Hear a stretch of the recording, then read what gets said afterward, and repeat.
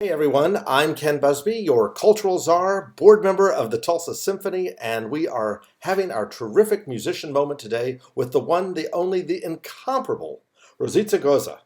How are you, Rossitza? Hi, Ken. I'm fine, and it's so good to be here. Well, on your segment, not at the house. I wish I could get out. I understand. I understand. But we're delighted that the technology allows us to be together. For an extrovert like me, these kinds of interactions are really great. So it's good to be with you, even virtually. Right. So Rossitza, of course, is our concertmaster of the Tulsa Symphony. And so we're really glad to let people get to know a little more about you. So many people know you from the stage, and they feel like they absolutely know you. But uh, uh, but this is a way to get to know you a little better. Let's just start with the fact that originally, of course, you're from Bulgaria.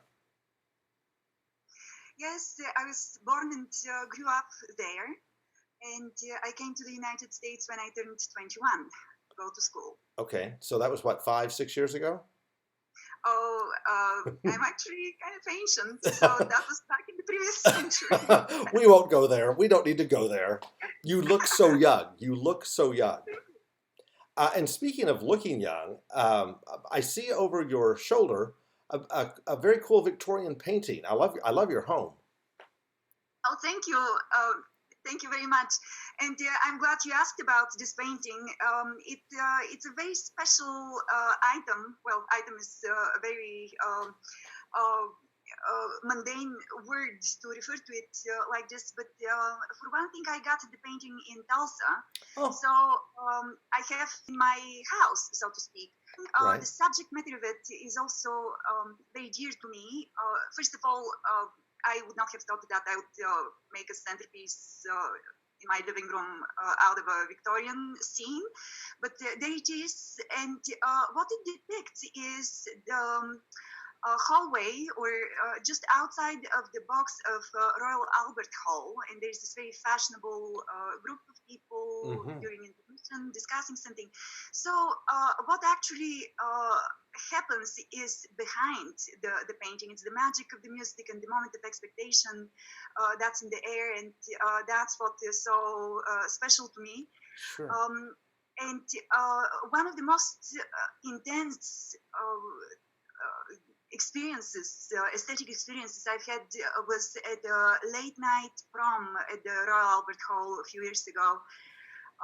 It was a performance of it was absolutely magnificent.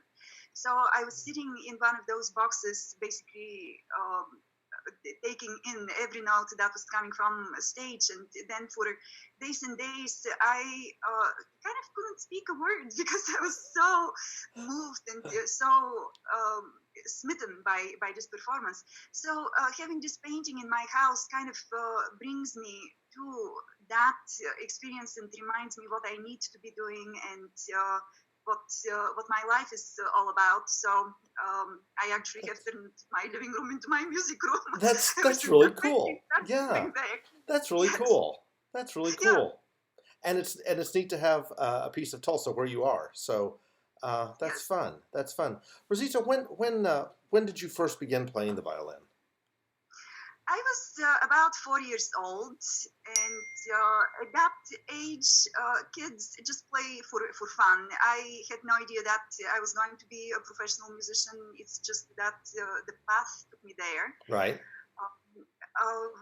In Bulgaria, the idea of amateur musicians doesn't really exist. At least it didn't exist when I was growing up. Hmm. So it started taking lessons, and you were no good at it. You just dropped out, and that was it. Sure. Somehow I made it through all of the hoops. Eventually, I went to specialist music high school, and the curriculum there was extremely stringent. It was very heavy on music subjects. So from basically 13, 14 years old, I studied solfege, harmony, polyphony, music history. We even had a pedagogy class there, and Huh. there was very little else in that curriculum, as you can imagine, with Sure. so many music classes. So when later on I came to the United States and could enroll in college and started taking liberal arts education, Hmm. I just the world opened up to me because I took courses in geology, astronomy, psychology, you name it.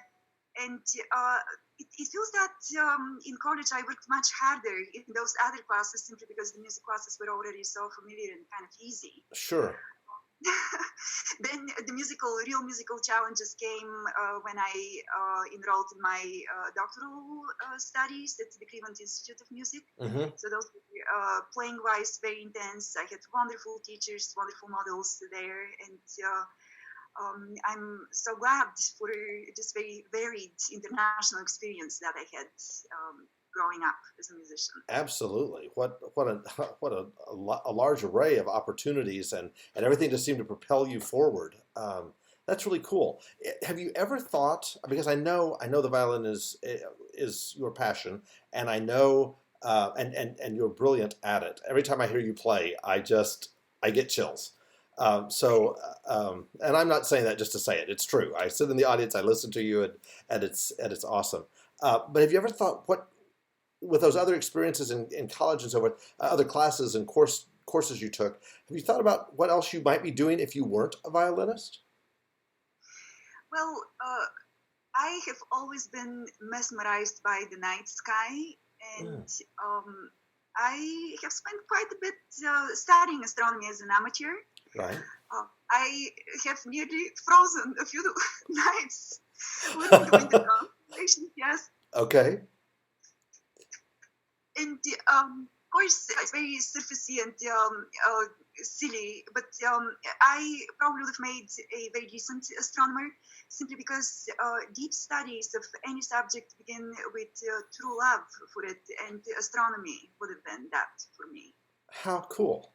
How cool. Um, wow, that's neat. So tell me, what is on, I know we're going to hear a great piece of music from you shortly, but what's on your music stand right now? My phone. Besides your it, phone. it, yeah, it has a tuner and metronome app, and I when I practice, I have to check on those things. I don't mean that I sit and practice with the metronome, but just being aware of the tempo indications and all that is very important. So my phone is always on my stand. Uh-huh. Uh-huh. But right now, with all this extra time that suddenly we've got, I started working on the Scottish Fantasy because I'm performing that with the Tulsa Symphony in January. Right. I have studied the piece before and never brought it quite to a performance level, so this is my chance to catch up on this. So Nice. that's something, yes. Nice. I have. Do you? I know how busy you are. I mean, with all of your performances and you do some teaching. Yes, Yes, yes. that's what I thought. Do you have any downtime? And if you do get downtime, what do you like to be doing when you're not performing or not teaching? Good question. Well, it's not just the Tulsa Symphony performances, but I also play in the Harrington String Quartet, Right. and I have a class at West Texas A&M University. So it ends up pretty busy all the time. I don't have fancy hobbies. I tend to live in the moment. So whatever I feel That's neat. really doing at the moment is what I would do. So for a few months, I probably would obsess about running or I don't know, origami or yoga or drawing or whatever. And I know what it takes to really master something. And I know that I would never be just absolutely excellent in any of those things. So I just kind of try little things here and there, and it all is what I feel like moving me at the moment. I like that. I think living for the moment and living for the now is a pretty good, pretty healthy attitude. Um, Although you mentioned origami, so what's the favorite shape you've made in origami? Oh gosh, I believe I made a penguin at some point. And Really? I was I playing love with a king penguins. dragon. Yes, but I've forgotten all of that, and I'm out of paper. Okay, so we won't ask you to fold one now for us. We'll just let it go. That's okay. That's okay. Well, listen, Rossitza, it's been great visiting with you today. Great chatting with you. We're going to get to sit back and enjoy a performance, music of Bach. Why don't you tell us a little bit about what you're going to perform? Yes, a couple of days ago, I recorded the first movement of the G minor sonata, Mm-hmm. which opens the set of the six sonatas and partitas for solo violin. Okay. It's a very serious work, and somehow I always gravitate toward it, regardless whether I'm having a good time or a bad time. At the end of the day, I just feel like taking the violin out of the case and playing the piece. Uh-huh. I've known it all my life, so it's been with me for a long, long time. And first of all, a sonata is a work to be performed at church, as opposed to a partita or a suite, which is a dance compilation of dances. Sure. And it's just much more lighthearted. So in this particular work, the movement itself is like a great cathedral. The harmonies are presented by chords, and they're like the columns in the church, and then you get those ornamental arches that weave around those columns. And so it's a very serene, beautiful work. Bach, of course, is such a master of every element of music, especially form.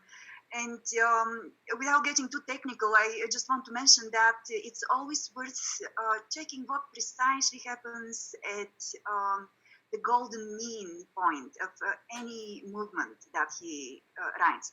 Because usually there's something special, some special harmony or some unusual twist or whatever.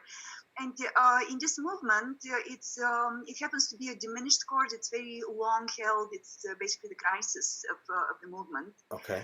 And it might be difficult to catch by first hearing, but it is there. It certainly helps me organize my thoughts when I know what the architecture of the movement is, and that's a very strong giveaway about how it's constructed. Well, how cool. Okay. So that's something for us to really focus on and listen to. And the good news is that once our podcast or interview or whatever this is that we're doing through technology, once it's up there, people can listen to it 2 or 3 times. So if they miss it the first time, they can go back and listen again. Great. That's awesome. Well, Rossitza, it has been a pleasure visiting with you. It's so good to see you. Likewise, Ken, and I can't wait until I can see you, my friends, my colleagues, and all of Tulsa in person.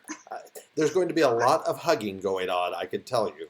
So let's hope we have easy time going back to normal life after all this social distancing and trying to point closer.